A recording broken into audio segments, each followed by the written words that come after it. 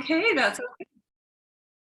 We're excited to kick off Monday by hearing from Kris. So Kris Bell, take it away. Okay, I'm going to hurry and share my screen with you. Give me just a minute to make that Okay. happen and possible. There you go. All right. Good morning, everybody. We this morning are going to talk about rejection. It's not fun. Oh, what the heck? Slideshow. Sorry.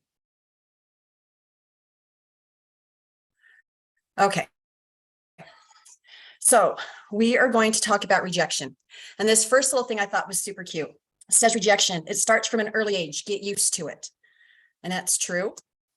So I did not know this. I think we all know who this is, Elvis Presley. Did you know that when he went to sing at the Grand Ole Opry, they told him to go back to being a truck driver? You'll never make it as a singer. You will never make it. Can you believe that? I thought he was pretty amazing myself. This is Charles Schulz. He is the creator of Peanuts. His high school newspaper would not publish his work. And then he also could not get a job with Walt Disney. And then he goes on to create Peanuts, and it's one of the most successful comics of all times.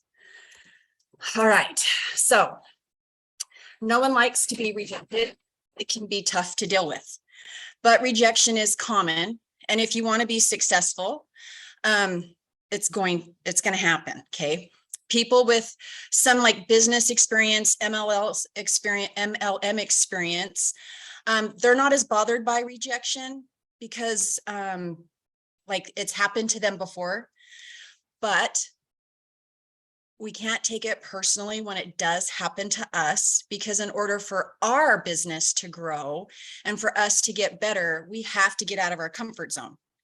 And then when we do step out of our comfort zone, you will get rejected. Like it's going to happen. So we all handle rejection differently.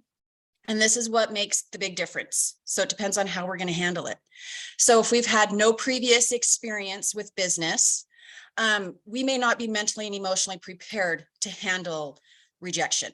So this is why a big majority of us get our feelings hurt and then we end up quitting before we really even get started.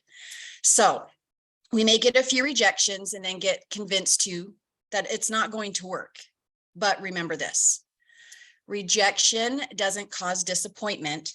Expectation causes disappointment.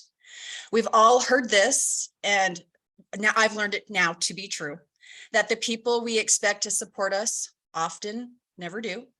And those that you thought would sometimes will. So naturally, we are going to approach those people that we know better right at the first because we're comfortable with them. We dare start a conversation and start talking to them about our opportunity. So let's focus on what you can control. So don't focus on getting people to say yes. Put your focus in what you are in control of, which is presenting actives and the business opportunity and the products. And you can control who will be interested, you can't control who will be interested and who won't be. But this is what you can control: who you show it to, when you show it, how you show it, what you show, and where you show it. So when you're thinking about your prospects, think about the best way they will understand what you're getting ready to present, whether it's in Zoom, whether it's in person, or if we send them that recorded presentation, what will be the best way to get them interested? Now we're going to talk about emotionally handling MLM rejection. So a way to emotionally handle this is not to take it personally.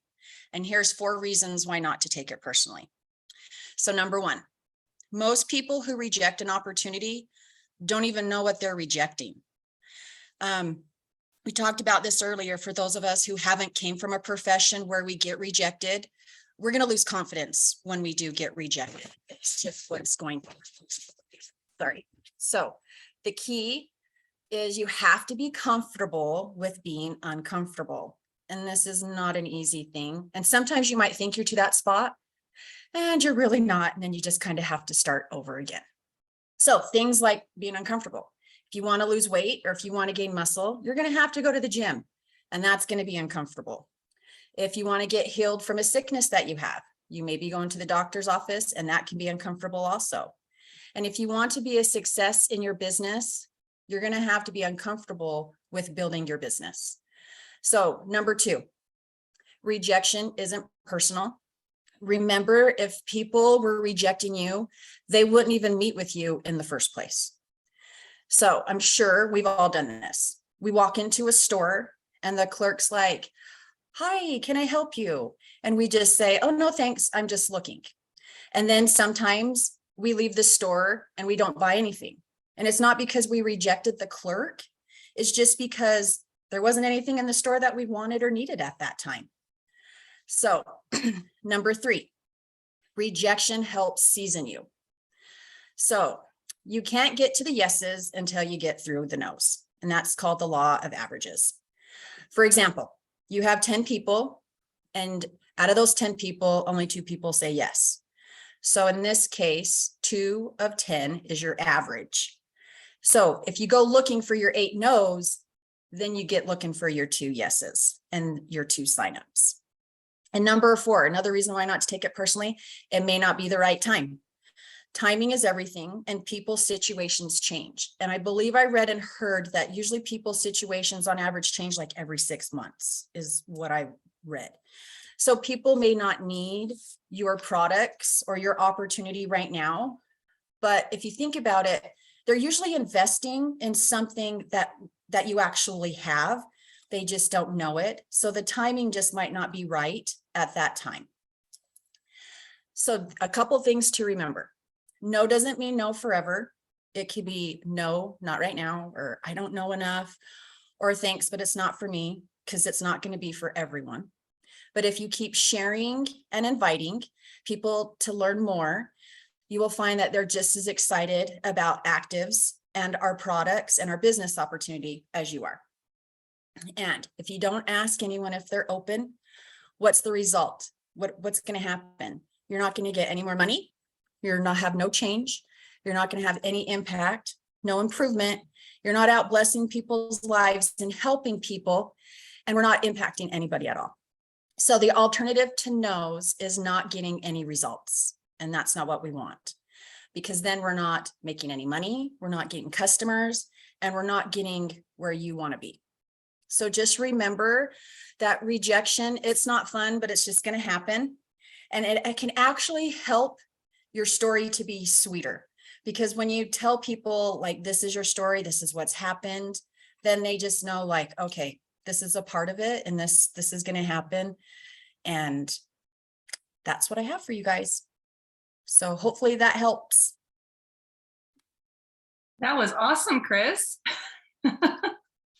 Very, very, very good. I loved the visuals, very cute. It's so true. And really, you get paid for being the black sheep. You get paid for being the person that thinks outside the norm. So if we're thinking outside the norm, what is the likelihood that everybody's going to get it right off the bat and agree with us? It's very, very small. It's almost impossible, because there's a reason that they call it thinking outside the box or being the black sheep. There's 1,000 different terms for this, of someone who is recreating the wheel, is doing things different than the norm, is off track. Like I could keep going on and on. But if you're going to be the person that steps out of your comfort zone to create a new comfort zone, to get comfortable in a new place, to lift your vibration higher, to lift your life higher, to live in a different space, you're going to step away from the crowd for a little bit. And some people will eventually follow, but it takes that that strength of character to where you don't get hung up on that you don't sit and think, what are they thinking? What are they judging? They don't pay your bills. They don't live your life. They don't have any say in how you're going to move forward. We are creative beings by nature. If you'll create your future and move into a different place, yes, you might get some rejection along the way. You might get some people look at you sideways along the way and wonder what on earth you're doing. I've heard that we're crazy, but crazy pays great, and crazy creates a wonderful life. And stepping away from the norm, the norm is not good. If you ever look at the statistics, there are government reports that talk about the median income. And I was talking with somebody the other day. Becca is 17. She's our youngest. And she wants to be retired when she graduates. And she looked at me and she said, "So what does that look like? What would I need to do to be retired?"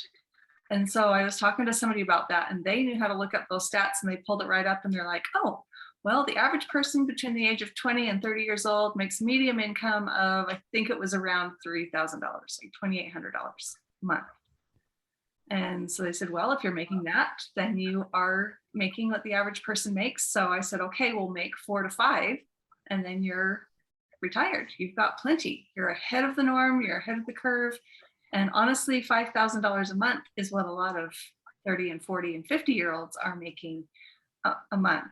So I said, that puts you into a really good category, and that is going to continue to grow as your business continues to grow. So that's a good game plan. But her friends aren't doing that. Her friends are looking towards college. They're trying to figure out how they can get school loans. They're acquiring debt. Most of them are hoping for a grant or hoping for a scholarship. But the reality is a lot of them are going to end up with a lot of school debt and school loans. And she's going a different path. She's stepping out of that norm. That's one example. I could give you thousands of examples where people have stepped away from the norm, not been driven by the impact of the people around them. And Kris gave some really good examples. Elvis Presley, amazing example. He didn't let that slow him down. He created a whole new genre of music, he basically ushered in the rock and roll rage. People did not understand him. They thought crazy things of him. Some people really called him bad things. And the reality of it is he was just stepping into the new space that people weren't familiar with, weren't comfortable with in their norm. And he was willing to think outside the box, and he did something amazing.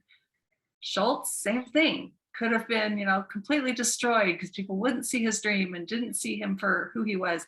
He just went out and showed him. He just went out and proved it to him, and now has a legacy that will live on generations past him. That will be, an iconic figure. Everybody knows Charlie Brown and Snoopy, and it's very, very known. But what if he had stopped when people told him no? What are you capable of? These are just normal people who didn't take no for an answer, who didn't let other people define them. So it's important that you figure out what you are meant for on this earth. What's going to be your legacy? And that's a personal question that I want you to all ponder a little bit today. Thank you, Kris, for starting our week so powerfully. Let's go and make sure that we get some no's on our way to our yeses and impact some lives today. Let's make it a great day and a great week. We are in the middle of the month, so we've still got a few weeks to finish out strong. Know what your goals are and make sure you're heading towards those goals. Thanks, Kris, so much, and everybody have a great day.